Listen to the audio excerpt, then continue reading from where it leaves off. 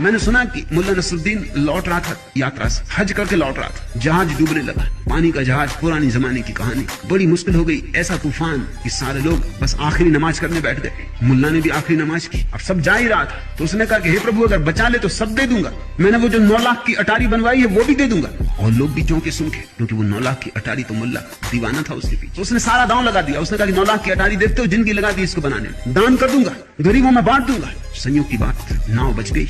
अब मुल्ला परेशान हुआ, लोग भी कहने लगे कि मुल्ला सबने सुन लिया है, मगर कहा कि ठीक एक दफा किनारे पे पहुंच जाए फिर देखेंगे।